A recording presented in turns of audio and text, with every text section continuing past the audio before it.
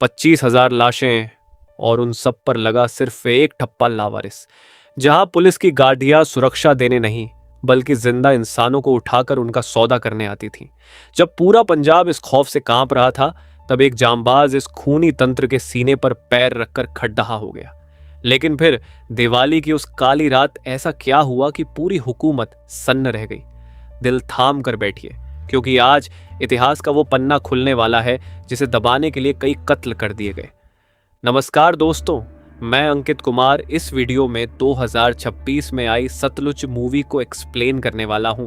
Movie की शुरुआत में हम कुछ पुलिस वालों को देखते हैं जो पेट्रोलिंग करते समय आपस में ही पार्टी कर रहे थे। थोड़ा आगे जाने के बाद वे सभी एक जगह रुक जाते हैं। तभी उनके सामने एक सफेद रंग की मारुति ओमनी वैन आकर रुकती है।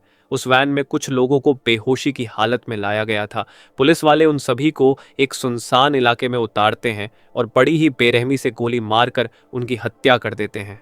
कत्ल करने के बाद लाशों को दोबारा उसी गाड़ी में डाल दिया जाता है।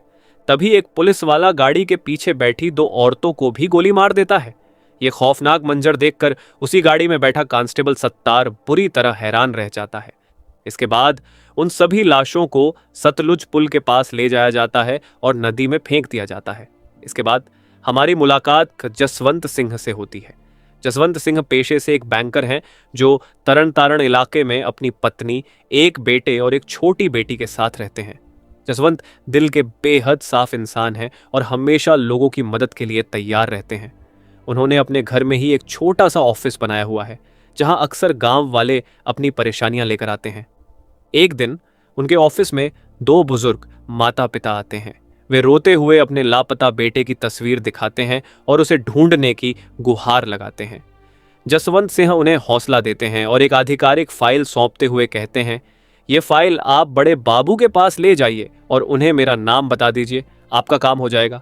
दोनों बुजुर्ग उनका शुक्रिया अदा करते हैं और वहां से चले जाते हैं। इसके बाद जसवंत सिंह गांव में जाकर कुछ लोगों से गुड़तेज नाम की एक महिला के बारे में पूछताछ करते हैं। जब वह गुड़तेज के परिवार से मिलते हैं तो पता चलता है कि वह पिछले एक हफ्ते से लापता है। जसवंत जब उनसे पूछते हैं कि क्या उन्होंने पुलिस में रिपोर्ट दर्ज कराई, तो घरवालों का दर्द छलक पर डेचता है। उनका कहना था कि पुलिस उनकी एक नहीं सुनती और न ही कोई रिपोर्ट दर्ज करती है। यह सुनकर जसवंत सिंह मायूस होकर अपने घर लौट आते हैं। अब कहानी 6 महीने पीछे फ्लैशबैक में जाती है। हम देखते हैं कि वही गुड़तेज नाम की महिला जसवंत सिंह के घर दौड़ते हुए आती है और रोते हुए कहती है कि उसका बेटा कृपाल हमारी बातों का कोई जवाब नहीं दे रहा है। यह सुनते ही जसवंत तुरंत दौड़कर कृपाल के घर पहुंचते हैं। वहां गांव वालों की भीड़ लगी थी और बीच में कृपाल की लाश पड़ी थी। दरअसल कृपाल जसवंत का बहुत पक्का दोस्त था। अपने जिगरी दोस्त की लाश से लिपटकर जसवंत फूट फूट कर रोने लगते हैं। इस मौत ने उन्हें अंदर तक झकझोर दिया था। कहानी फिर से वर्तमान में लौटती है। अगली सुबह जसवंत एक बार फिर गुड़तेज आंटी के बारे में पूछताछ करने गांव जाते हैं। वहां एक महिला बताती है कि गुड़तेज को आखिरी बार गुरुद्वारे में सेवा करते हुए देखा गया था, लेकिन उसके बाद से यानी पिछले एक हफ्ते से किसी ने उन्हें नहीं देखा। महिला यह भी बताती है कि जब भी गुड़तेज को अपने बेटे की याद आती थी तो वह दौड़ी दौड़ी थाने चली जाती थी और पुलिस वालों से सवाल करती थी। इन सब बातों से जसवंत के हाथ कोई ठोस सुराग नहीं लगता और वह वापस घर आ जाते हैं। उसी रात जसवंत को नींद नहीं आ रही थी। वह बिस्तर पर लेटे लेटे सोच रहे थे कि अगर आज उनकी जगह कृपाल जिंदा होता तो वह क्या करता। तभी उनकी वाइफ उन्हें दिलासा देती है कि गुड़तेज आंटी जल्दी ही मिल जाएंगी। अगली सुबह एक पुलिस स्टेशन में इंस्पेक्टर का बर्थडे मनाया जा रहा था और केक काटा जा रहा था।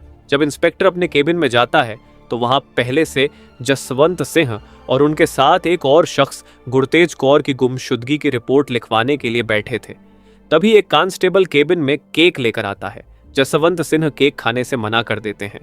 इस पर इंस्पेक्टर तंज कसते हुए कहता है, अगर आप हमारा केक खा लेंगे तो हम आपकी रिपोर्ट दर्ज कर लेंगे।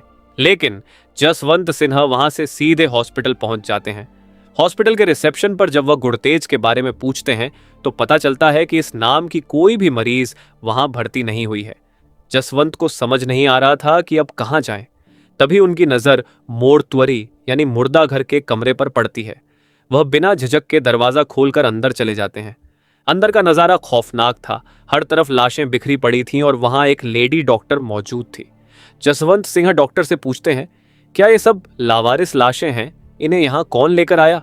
डॉक्टर दबी आवाज में कहती है, सबको पता है कि इन लाशों को यहाँ कौन लाता है, बस कोई मुंह नहीं खोलना चाहता। जब जसवंत डॉक्टर को गुरतेज की फोटो दिखाते हैं तो डॉक्टर सन्न रह जाती है।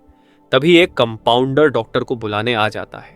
जाते जाते डॉक्टर जसवंत से बस इतना कहती है, ये आपको यहां नहीं मिलेंगी। हॉस्पिटल से बाहर आने पर जसवंत की मुलाकात सतनाम सिंह से होती है। जब जसवंत उसे गुरतेज आंटी की फोटो दिखाते हैं तो सतनाम कहता है, ये औरत तुम्हें कभी नहीं मिलेगी, इन्हें ढूंढना बंद करो और सीधे अपने घर जाओ। दरअसल सतनाम और जसवंत दोस्त हैं। सतनाम इशारों में कहता है कि तुम इन्हें गलत जगह ढूंढ रहे हो, लेकिन जब जसवंत इसकी वजह पूछते हैं तो सतनाम बात को टाल देता है और जसवंत को इस मामले से दूर रहने की हिदायत देता है। अब जसवंत सिंह ढूंढते ढूंढते श्मशान घाट पहुंच जाते हैं। वहां का कर्मचारी बताता है कि यहां हर रोज अनगिनत लाशें आती हैं, इसलिए किसी एक को पहचान पाना नामुमकिन है। जसवंत जब पूछते हैं कि इन लाशों का रिकॉर्ड या नाम कौन लिखता है तो वह आदमी बताता है कि जहां से चिता की लकड़ियां आती हैं वही लोग नाम वगैरह नोट करते हैं। वह आदमी जसवंत को लकड़ी डिपो से आई कुछ रसीदें थमा देता है। उस लिस्ट को खंगालते ही जसवंत के होश उड़ जाते हैं। उसमें गुरतेज का नाम दर्ज था, लेकिन आगे लिखा था लावारिस लाश, यानी पुलिस ने उनका फर्जी एनकाउंटर कर दिया था। यह सच जानने के बाद जसवंत दोबारा सतनाम के पास जाते हैं। दोनों एक तालाब के किनारे मिलते हैं जहां जसवंत सतनाम को सच उगलने पर मजबूर कर देते हैं। अब सतनाम फ्लैशबैक की खौफनाक दास्तान सुनाता है। जब गुरतेज आंटी अपने बेटे के बारे में पूछने थाने गई थी तो पुलिस वाले उन्हें डरा धमका कर भगाने की कोशिश की, लेकिन गुरतेज आंटी नहीं मानी और पुलिस से भिड़ गई। गुस्से में वह खुद अपने बेटे कृपाल का नाम चिल्लाते हुए पुलिस की जीप में जाकर बैठ गई। इसके बाद वही मंजर सामने आता है जो कहानी की शुरुआत में था। जीप में बैठी जिन दो औरतों को गोली मारी गई थी उनमें से एक गुरतेज आंटी ही थी। इस सच का पता सतनाम को चल चुका था। सतनाम आगे बताता है कि गोली मारने के बाद जब उनकी बॉडी को हॉस्पिटल ले जाया गया तो उनकी सांसें चल रही थीं, लेकिन एक बेरहम इंस्पेक्टर उन्हें फिर से शहर से दूर ले गया और उन्हें पूरी तरह खत्म करने के बाद दोबारा हॉस्पिटल लाकर लावारिस घोषित कर दिया। इसके बाद चुपचाप उनकी बॉडी को जला दिया गया और किसी को कानों कान खबर तक नहीं हुई। यह भयानक सच सुनकर जसवंत सिंह के पैरों तले से जमीन खिसक जाती है। वह भारी मन से घर लौटते हैं और पूरी बात अपनी पत्नी को बताते हैं। अगली सुबह जसवंत सिंह श्मशान घाट से मिली उस लिस्ट को लेकर एक मानवाधिकार वकील लॉयर के पास पहुंचते हैं। वह बताते हैं कि इस एक लिस्ट में 600 नाम हैं और यह तो सिर्फ एक श्मशान घाट की कहानी है, जबकि पंजाब में ऐसे न जाने कितने श्मशान घाट हैं।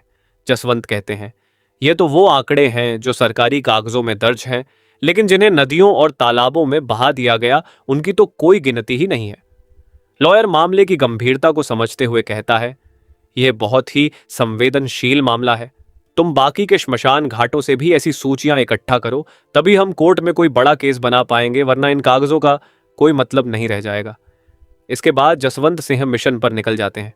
वह इलाके के हर श्मशान घाट और लकड़ी बेचने वाले डिपो की खाक छानते हैं और रिकॉर्ड्स निकलवाते हैं। एक दिन जब वह श्मशान घाट में थे तभी पुलिस की एक गाड़ी वहां लावारिस लाशों को ठिकाने लगाने आती है। जसवंत सिंह छिपकर उन सभी लाशों और पुलिस की तस्वीरें अपने कैमरे में कैद कर लेते हैं और वकील के सामने ले जाकर रख देते हैं। वकील उन्हें सलाह देता है, इस लिस्ट में जितने भी नाम हैं उन सबके घर जाओ और उनके परिवार वालों को सच बताओ कि उनके बच्चों के साथ क्या हुआ है। जब सब पीड़ित एक साथ आएंगे तभी यह लड़ाई जीती जा सकती है। दूसरी तरफ उनका दोस्त सतनाम सिंह भी अपनी जान जोखिम में डालकर पुलिस स्टेशन से असली FIR की कॉपियां लाकर जसवंत को सौंप देता है। अब जसवंत सिंह हर उस परिवार के घर जाते हैं जिनके बच्चे लापता थे और उन्हें बताते हैं कि उनके अपने अब इस दुनिया में नहीं हैं, उन्हें पुलिस द्वारा मारा जा चुका है। जसवंत सिंह उन सभी पीड़ित परिवारों को एकजुट करते हैं और एक स्थानीय अदालत में न्याय की गुहार लगाते हैं, लेकिन कोर्ट में बैठी जज साहिबा उनके दावों को गंभीरता से नहीं लेती। इसके बाद हमारी एंट्री होती है IPS बिट्टा की, जो सीधे मुख्यमंत्री CM के दफ्तर पहुंचता है। CM अखबारों में छप रही इन खबरों से बेहद परेशान थे। वह बिट्टा से पूछते हैं, आखिर यह जसवंत सिंह कौन है जो सरकार और पुलिस के खिलाफ मोर्चा खोले हुए है? बिट्टा बेहद चालाकी से कहता है, आप फिक्र मत कीजिए सर, मैं इसे अपने तरीके से संभाल लूंगा। इसके तुरंत बाद जसवंत सिंह के घर के बाहर पुलिस का कड़ा पहरा लगा दिया जाता है और उनके घर आने जाने वाले हर शख्स पर नजर रखी जाने लगती है। इसके बाद आईपीएस बिट्टा एक प्रेस कॉन्फ्रेंस करता है। वह दावा करता है कि 56 आतंकवादियों ने पुलिस के सामने सरेंडर किया है और समाज में यह अफवाह फैलाई जा रही है कि पुलिस बेगुनाहों को मारकर लावारिस बताकर जला रही है। बिट्टा कहता है कि जिन लाशों को जलाया गया वे लावारिस नहीं बल्कि खूंखार आतंकवादी थे। जसवंत सिंह ने जो ह्यूमन राइट्स मानवाधिकार के उल्लंघन का दावा किया था, बिट्टा उसे सिरे से खारिज कर देता है। वह मंच से कहता है कि जो लोग लापता बताए जा रहे हैं वे असल में गैरकानूनी तरीके से यूरोप और अमेरिका जाकर दिहाड़ी मजदूरी कर रहे हैं और जसवंत सिंह सिर्फ अपना प्रोपेगेंडा चमकाने के लिए सरकार को बदनाम कर रहा है। दूसरी तरफ जसवंत सिंह अपनी एक पब्लिक मीटिंग में इस बात का करारा जवाब देते हैं। वह जनता के सामने सवाल उठाते हैं, अगर वो लोग सच में यूरोप और अमेरिका में मजदूरी कर रहे हैं तो उनका नाम वीज़ा लिस्ट में होना चाहिए था, लेकिन उनका नाम श्मशान घाट की लावारिस लिस्ट में क्या कर रहा है? क्या सरकार के पास इसका कोई जवाब है? इसी मीटिंग के दौरान जसवंत सिन्हा आईपीएस बिट्टा को लाइव डिबेट के लिए ओपन चैलेंज दे देते हैं। अगले ही दिन यह चुनौती अखबारों की हेडलाइन बन जाती है। मीडिया वाले बिट्टा को घेर लेते हैं।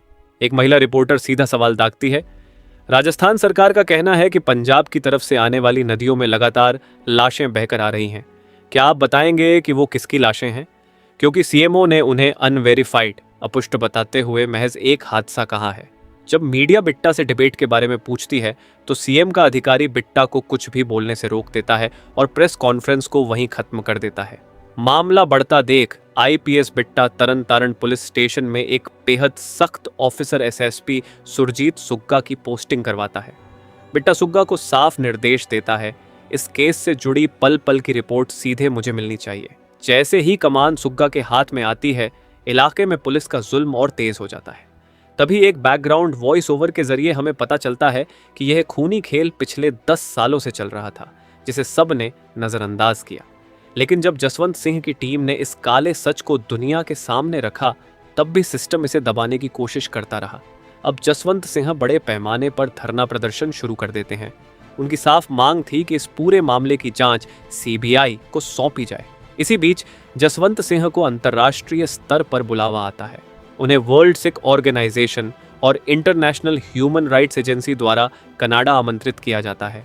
जसवंत सिंह बिना वक्त गंवाए कनाडा पहुंचते हैं और वहां इंटरनेशनल प्लेटफॉर्म पर पंजाब पुलिस और सरकार के इस खौफनाक चेहरे को बेनकाब कर देते हैं।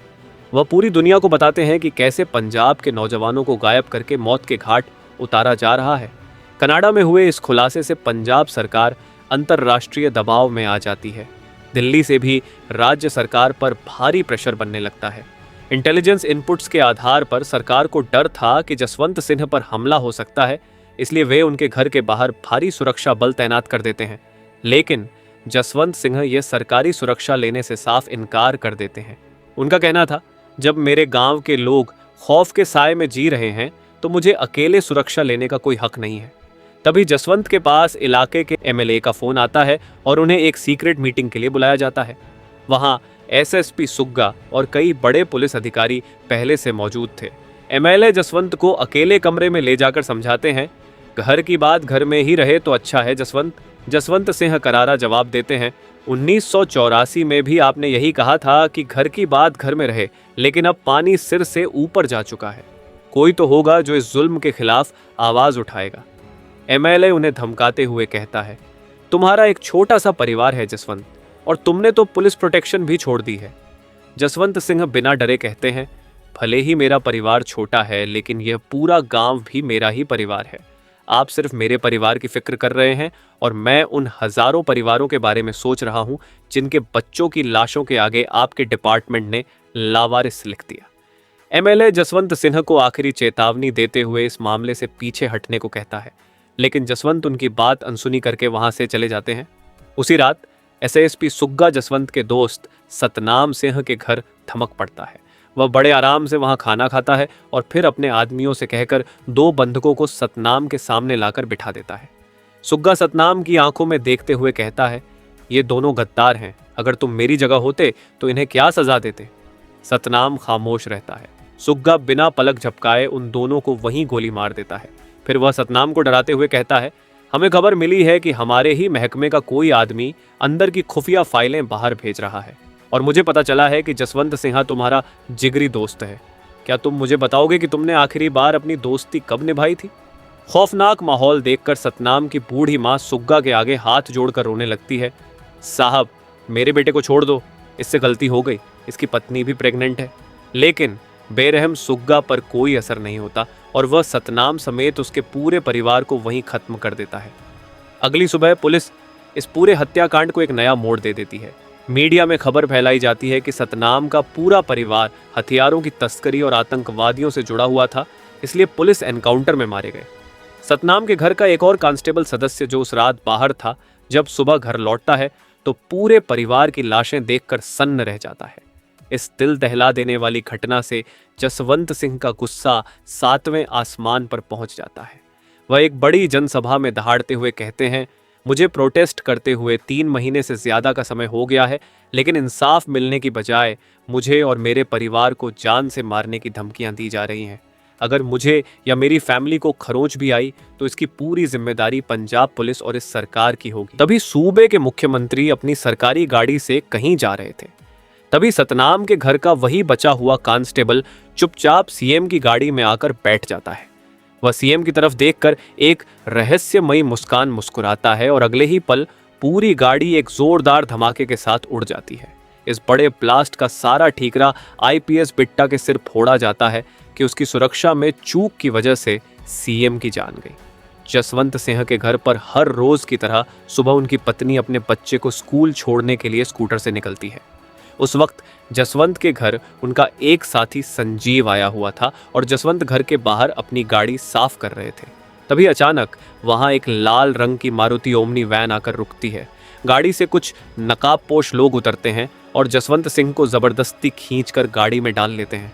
अंदर बैठा संजीव जब तक दौड़कर बाहर आता है, तब तक वो लोग जसवंत सिंह को किडनैप करके रफू चक्कर हो चुके थे।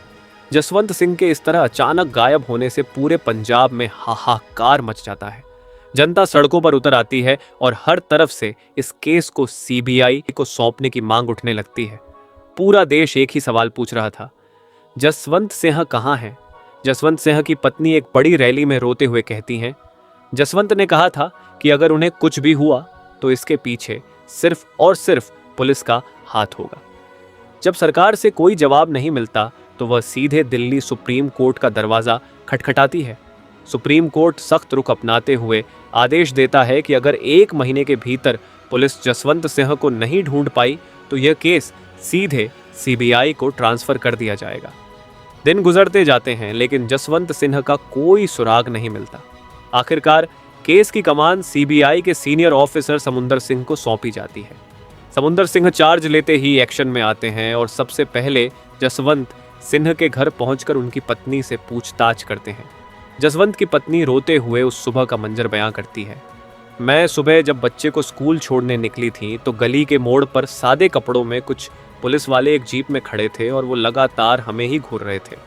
फिर करीब 9:30 बजे संजीव का फ़ोन आया और उसने बताया कि कुछ लोग जसवंत को उठा ले गए हैं। मैं संजीव को लेकर तुरंत थाने गई, लेकिन पुलिस वालों ने रिपोर्ट लिखना तो दूर, हमें डांट कर भगा दिया। ये सुनते ही समुंदर सिंह को दाल में कुछ काला नजर आता है। वह बड़ी ही बारीकी से सबूत जुटाने निकल पड़ते हैं। वह श्मशान घाट और उस हॉस्पिटल पहुंचते हैं जहां जसवंत गए थे, लेकिन पता चलता है कि सरकार ने उन सभी संवेदनशील फाइलों को सील कर दिया है। इसी बीच समुंदर सिंह टीवी पर देखता है कि संजीव लाइव आकर पूरी घटना का खुलासा कर रहा है कि कैसे एक रद्द ओमनी वैन जसवंत को उठाकर ले गई और उस वैन के पीछे तरन तारण पुलिस की ही गाड़ी प्रोटेक्शन दे रही थी। सीबीआई ऑफिसर तुरंत जसवंत सिंह के पड़ोसियों को समन भेजते हैं। पूछताछ में एक पड़ोसी बताता है, मैंने पीछे वाली गाड़ी में देखने की कोशिश की थी, लेकिन शीशे काले होने के कारण कुछ साफ नहीं देखा। तभी दूसरा पड़ोसी एक बड़ा खुलासा करता है, सुबह करीब 9:30 बजे मैं सब्जी लेकर आ रहा था। जैसे ही मोड़ पर गाड़ियां स्लो हुई, मैंने वैन के शीशे से जसवंत सिंह को देखा। वह चिल्लाकर मुझसे मदद मांग रहे थे। मैंने गाड़ी को रोकने की कोशिश भी की, लेकिन वो तेजी से निकल गए। पड़ोसी उस लाल वैन का नंबर भी बताता है, PMT 13-13। जब समुंदर सिंह उन्हें कोर्ट में गवाही देने को कहते हैं तो दोनों पड़ोसी डर जाते हैं और पुलिस के लफड़े में पड़ने से मना कर देते हैं। अब सीबीआई का शिकंजा सीधे डीएसपी जगपाल सिंह के ड्राइवर पर कसता है। ड्राइवर से सख्ती से पूछताछ करने के बाद समुंदर सिंह सीधे डीएसपी जगपाल के पास भी पहुंचते हैं और उन्हें बिठाकर उनसे पूछताछ शुरू करते हैं। समुंदर सिंह सीधा सवाल करते हैं, जसवंत सिंह कहाँ है? डीएसपी जगपाल बड़ी चालाकी से मुकर जाता है, हमारे पास जसवंत सिंह को किडनैप करने की कोई वजह नहीं थी, हम भला उसे किडनैप क्यों करेंगे? समुंदर सिंह टेबल पर हाथ मारकर कहते हैं, वजह यह थी कि वह तुम सबको एक्सपोज कर रहा था। जब सीबीआई ऑफिसर उन पर दबाव बनाते हैं कि यह सब किसके कहने पर किया और कौन तुम्हें यह सब ऑर्डर देता है, तो डीएसपी टूट जाता है और कहता है, सर, हमें सिर्फ ऊपर से आतंकवादियों को खत्म करने का ऑर्डर आता है। समुंदर सिंह कड़क कर पूछते हैं, बताओ कौन है इसके पीछे? डीएसपी घबराकर कहता है, जो भी हैं वो इस वक्त चंडीगढ़ गए हुए हैं और 2 दिन में लौट आएंगे, आप खुद ही उनसे इत्मीनान से पूछ लीजिएगा। इसके बाद सीबीआई की टीम उस लाल ओमनी वैन के मालिक को बुलाकर पूछताछ करती है। मालिक डरते हुए बताता है कि साहब, उस दिन मेरी गाड़ी पुलिस महकमे के लोग ही लेकर गए थे और इसी वजह से मैंने उनका नाम रजिस्टर में नहीं लिखा, क्योंकि डिपार्टमेंट वालों से क्या ही पैसा लेना। समुंदर सिंह पूछते हैं, अब तुम्हारी वैन कहाँ पर है? गाड़ी की लोकेशन मिलते ही सीबीआई की टीम अपनी फोर्स के साथ उस जगह पर छापा मारती है, लेकिन वहां तो एक पुलिस इंस्पेक्टर की शादी चल रही थी और सब इंस्पेक्टर खूब नाच रहा था। सीबीआई दोनों को वहां से उठाकर सीधे पूछताछ के लिए लाती है, लेकिन वो दोनों शातिर पुलिस वाले सीबीआई ऑफिसर को कोई भी साफ साफ जवाब नहीं देते, वो बस बातें ही घुमाते रहते हैं। जैसे ही जसवंत सिंह के बारे में पूछा जाता है, वे दोनों चुप्पी साध लेते हैं। इसके बाद सीबीआई वाले कहर सिंह नाम के एक शख्स से मिलने के लिए जाते हैं, क्योंकि 7 सितंबर को उसे जेल से रिहा किया गया था, यानी ठीक उसके एक दिन पहले, जब 6 सितंबर को जसवंत सिंह का अपहरण हुआ था। समुंदर सिंह के दिमाग में एक ही बात चल रही थी कि अगर जसवंत सिंह को जेल में लेकर गए होंगे तो कहर सिंह को उसके बारे में जरूर पता होगा। पूछताछ करने पर कहर सिंह बताता है कि साहब, पिछली रात मैं जिस जेल में था उसके साइड वाली कोठरी में किसी को लाया गया था। उनकी आवाज़ें सुनकर मुझे पता चला कि कोई जसवंत सिंह नाम का आदमी था और पुलिस वाले उसको गाली देकर बुला रहे थे। समुंदर सिंह बार बार उससे कंफर्म करते हैं कि क्या उसने सच में जसवंत सिंह का ही नाम सुना था। वह आदमी पूरे यकीन के साथ कहता है, हाँ, पुलिस वाले उस आदमी को बहुत ही पीट रहे थे और काफ़ी देर उसको पीटने के बाद वहाँ से चले गए, लेकिन जाते जाते एक गार्ड को निगरानी के लिए छोड़ गए। जब समुंदर सिंह उसका नाम पूछते हैं तो कहर सिंह कहता है कि मुझे उसका नाम तो नहीं पता, उसने यूनिफॉर्म भी नहीं पहनी हुई थी, लेकिन उसकी आंखें हरे रंग की थीं। समुंदर सिंह उसे सरकारी गवाह बनने के लिए कहते हैं, लेकिन कहर सिंह इस बात का कोई भी जवाब नहीं देता, क्योंकि उसको भी अपनी जान का खतरा था। दूसरी तरफ इंस्पेक्टर और सब इंस्पेक्टर सुग्गा सिंह के पास जाकर उसे सारी बात बताते हैं कि हमारे 400 रिश्तेदारों के बीच से सीबीआई वाले हमें उठाकर ले गए। तभी अगले दिन समुंदर सिंह डायरेक्ट सुग्गा सिंह से मिलने के लिए पहुंच जाता है और सबसे पहले यही सवाल करता है कि क्या तुम जसवंत सिंह को जानते हो? लेकिन सुग्गा सिंह कोई साफ जवाब नहीं देता, बस इतना ही बताता है कि वह लापता हो गया है। समुंदर सिंह कहते हैं कि जसवंत सिंह ने अपनी आखिरी स्पीच में तुम्हारा ही नाम लिया था कि अगर वह गायब हो गया तो समझ लेना कि इसमें एसपी सुग्गा सिंह का ही हाथ होगा। जसवंत सिंह को गायब हुए अब पूरे 2.5 महीने बीत चुके थे, लेकिन अब तक उसका कोई भी अता पता नहीं चला था। जसवंत सिंह की पत्नी का कहना था कि पुलिस जानबूझकर चुप्पी साधे बैठी है और कोई भी एक्शन नहीं ले रही। तभी भीड़ के बीच में से समुंदर सिंह आता है और दोबारा से जसवंत सिंह की वाइफ से बातचीत करता है। वह बताता है कि मुझे एक नया विटनेस मिला है जिसका नाम कहर सिंह है। उसका कहना है कि 6 सितंबर को जसवंत सिंह को कंग पुलिस की जेल में रखा गया था और अब तक मेरे पास 3 गवाह हो चुके हैं। जल्दी ही मैं जसवंत सिंह को ढूंढ निकालूंगा।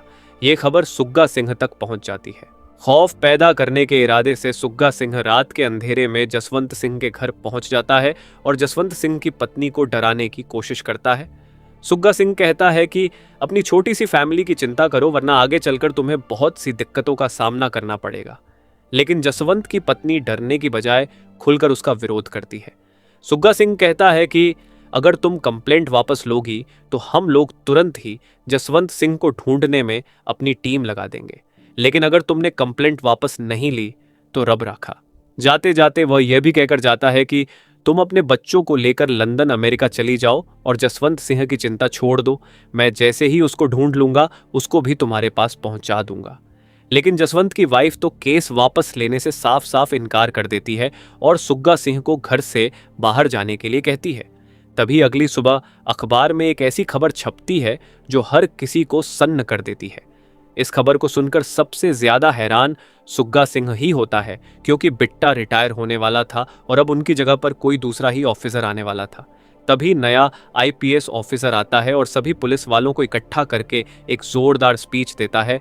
हमें पंजाब को पहले से बेहतर बनाना है और पंजाब पुलिस पर जितने भी इल्जाम लगाए गए हैं उन सभी के खिलाफ एक्शन लेना है।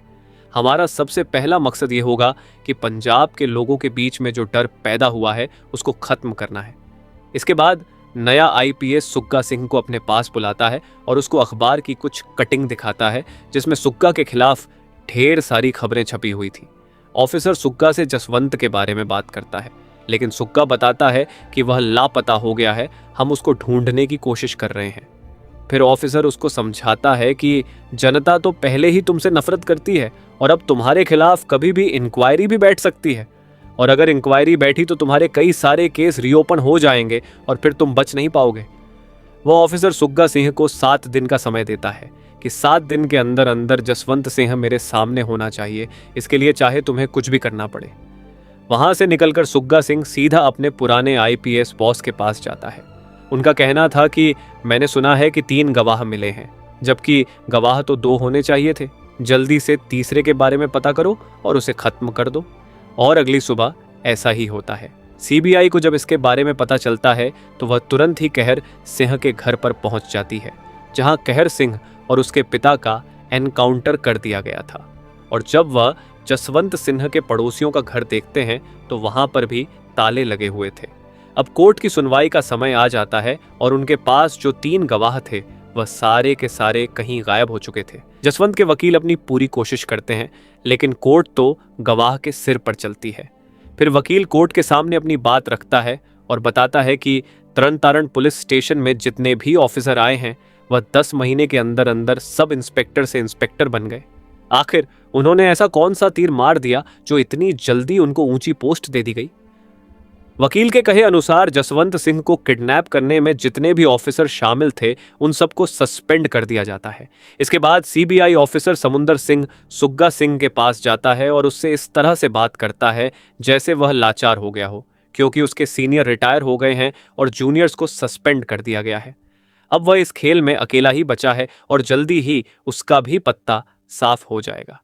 अकेला पड़ चुका सुग्गा सिंह बिट्टा के पास कॉल करता है, लेकिन कई बार कॉल करने के बाद भी बिट्टा उसका फोन नहीं उठाता।